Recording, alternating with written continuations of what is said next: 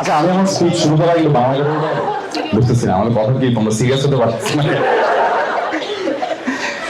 ওকে, 3 2 1 বলবো, তোমার সাথে 3 2 1 বলবো, তারপর আমি শুরু করবো। ওকে, 3 2 1 go!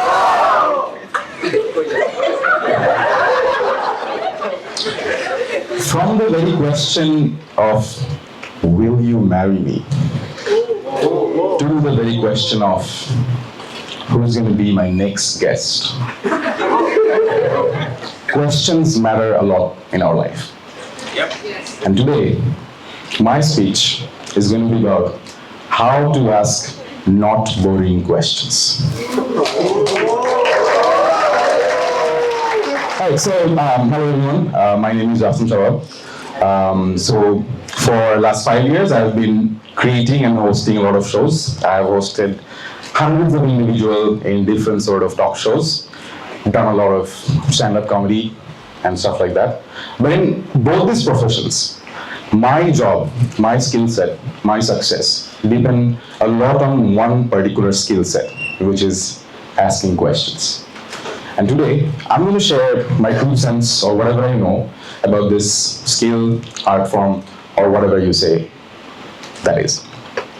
First of all, let's begin with the quality of talk shows in our country. It always starts with this one random question.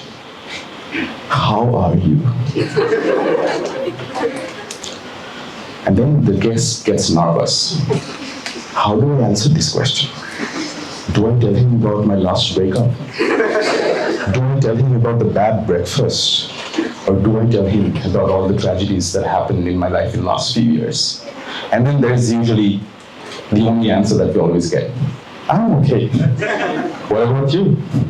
You see, if you follow the next questions, it's going to be something like, so tell us about your next project. In the mind of the guest, he or she starts thinking, why don't you Google it? Why are you asking me such questions?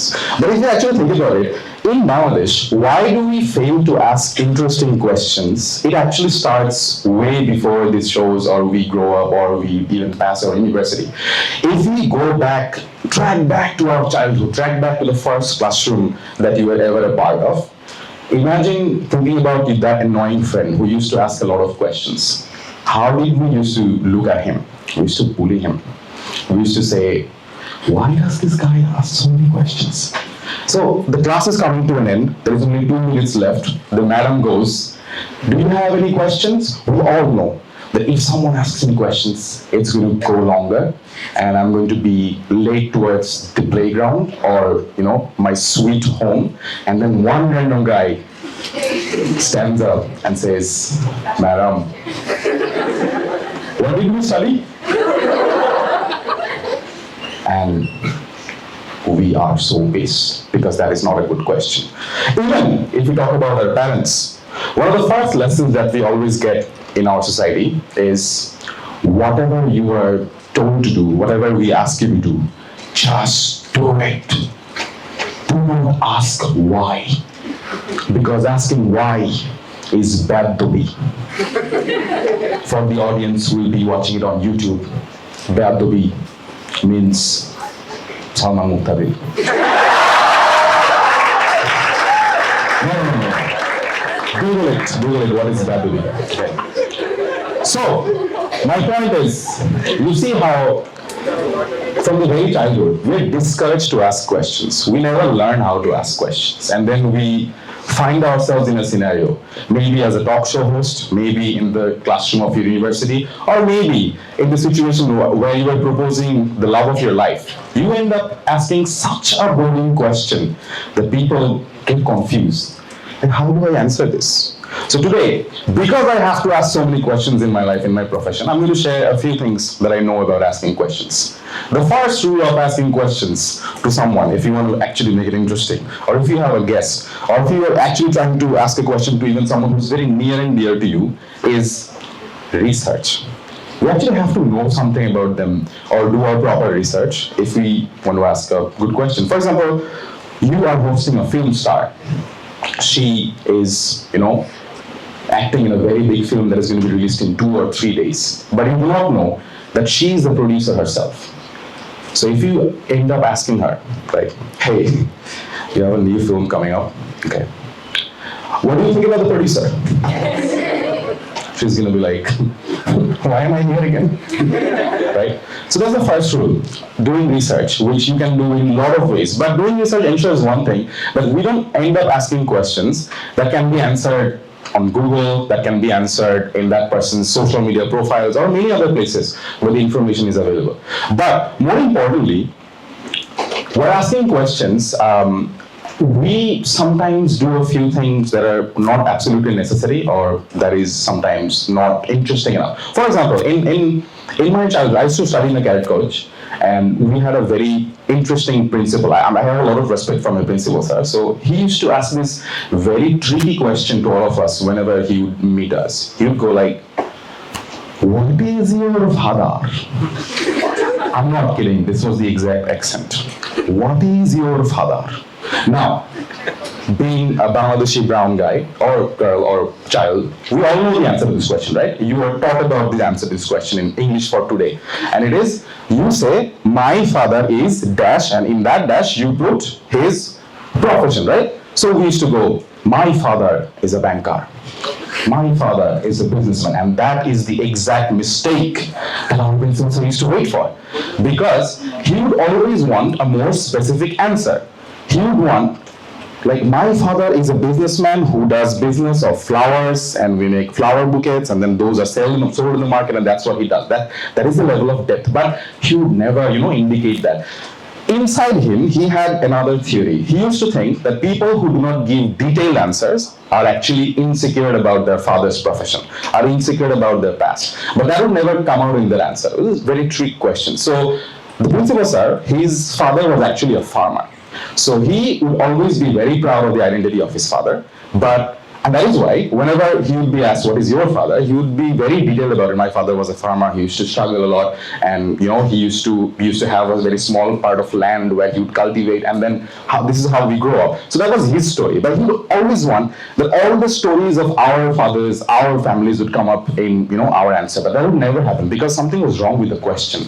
Because we know that this question is supposed to be answered in a different way, in a certain way, and then it didn't seem like the question is, asking those particular areas about it. But the other thing, or the other way to make a question interesting is if you're more specific. For example, I started my speech with that question, right? How are you? Imagine what's going to be the answer to this question. I'm okay. How are you? But if you ask someone, how have you been this week? So I didn't do a lot, but I just, made it a bit more specific. How have you been this week? Then the person is sort of a bit more ready to answer your question with a bit more information that could be interesting, that makes it not so boring as if asking, how are you? The second way of asking interesting questions is actually being genuinely curious about a person. So for example, even in stand-up comedy, we have this art form called crowd work, where you engage with the audience, and that is where the humor will come from. But it's not like asking very set up questions, like this is the question that I'm going to ask. You have to be genuinely curious about someone if you need this, if you want this to be, funny at some point. Let's have a demonstration. Bro, how are you? He said, are you asking me? So if you get an answer in the form of a question, it usually means something else. It usually means, Amar side de bhai. Yes, bro, I'm asking you. What's your name, bro? Should I start? No, please. It's not a chemistry class. Okay. My name is Shafan Rabbani. Rabbani. Okay, bro. Second. Okay. You look so happy. Why are you so happy? Second time. You were seeing me for the second time. Yeah, exactly. That's why you were happy. So I make you happy, bro.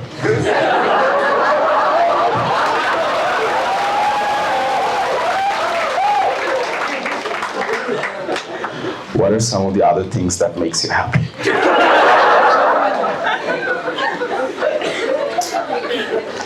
I don't know, good grades probably. Good grades. Madam, I'll do anything for an aid. Bro, can you tell us how to get good grades? study hard. Study hard. Study hard. Prepare yourself. Prepare yourself. How do you prepare yourself, bro? Or even better, how do you study hard?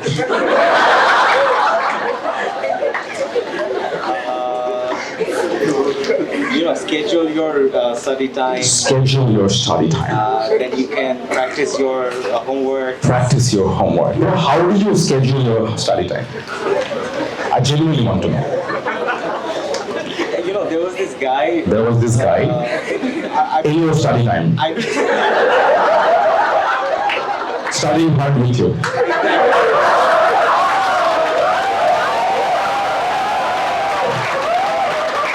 Hey, round of applause for that guy. Round of applause.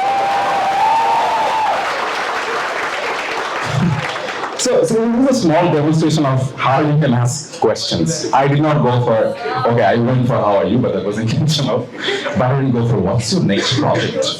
What's your next project? And then tell us about this event. How are you feeling today? Okay. So these are the kind of questions that sort of cables the mood. So instead of it, the other thing that you could follow in this conversation was actually asking follow-up questions. You see, sometimes many of our, let's say, hosts, many of the people would be asking questions to another individual. They just care about the list of questions that they have prepared.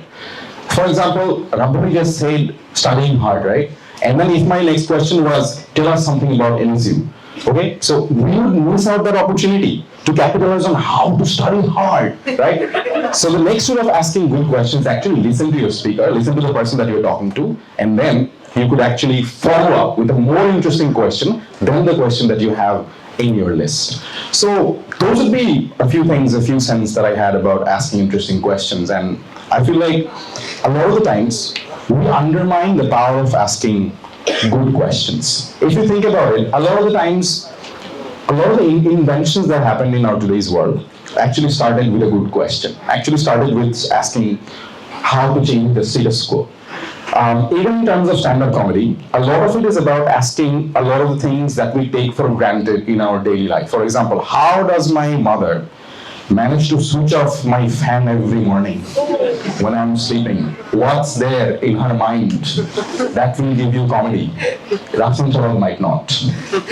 But that is how, questions can change your life. Even there's a very, let's say, knowledge person that I follow called Tim Ferriss. You can Google him on YouTube. So Tim Ferriss always ends up asking this question to a lot of his guests. It's called the billboard question. So if you want to know about someone's state of mind, what is this person thinking about, what is there inside his head, so he will always throw this question called billboard question. It goes like this. Imagine it's a busy road, you have a blank billboard, a lot of the people will be watching that billboard, so you can write whatever you want on that billboard. What would you write? Of course, this is not a question to begin with, but in some part of the interview he will throw this question to the interviewee, and the interviewee will give a very interesting answer. And that answer will tell you a lot about his or her state of mind. For example, someone once gave this answer, that I would write on the billboard that no one owes you anything. You understand about that person from that answer. What do we understand? We understand that that person knows that he or she has to work very hard, and no one is going to, hand over your success to you very easily.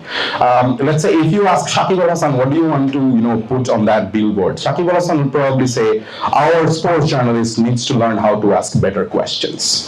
So you will know how to, handle that kind of a scenario.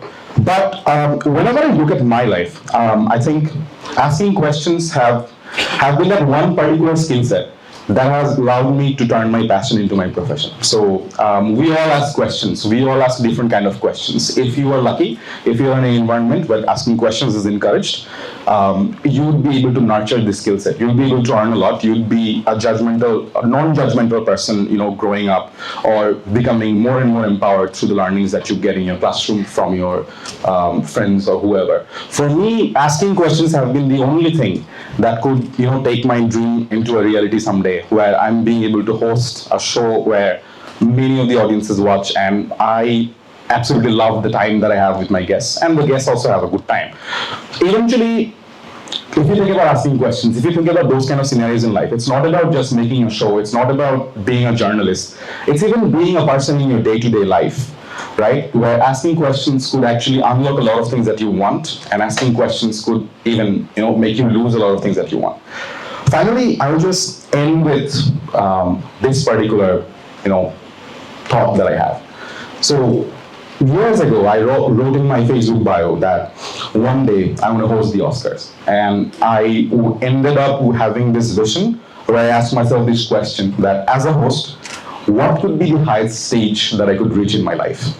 And that is the answer that I got. And that gave me such a clear vision that every day when I come across this line, I'm laser sharp on what I want to achieve in life. I am laser sharp on what are the skill sets that I need to become a better host, to become a better stand-up comedian, and what do I need to make happen in my life so that I can reach to that level. So be it proposing to your girlfriend, the love of your life, be it getting better grades, be it having a heart-to-heart conversation with your parents, or be it asking a question, probably the most important question that you ask in your life, like getting a job interview or having an interview with Shakib Al-Hassan. Asking questions could truly change your life. And if you ever are going to ask someone, will you marry me? Why don't you change that question and make it into something like, why the hell would you not marry me? That is my time. My name is Rafsan Sabab Khan.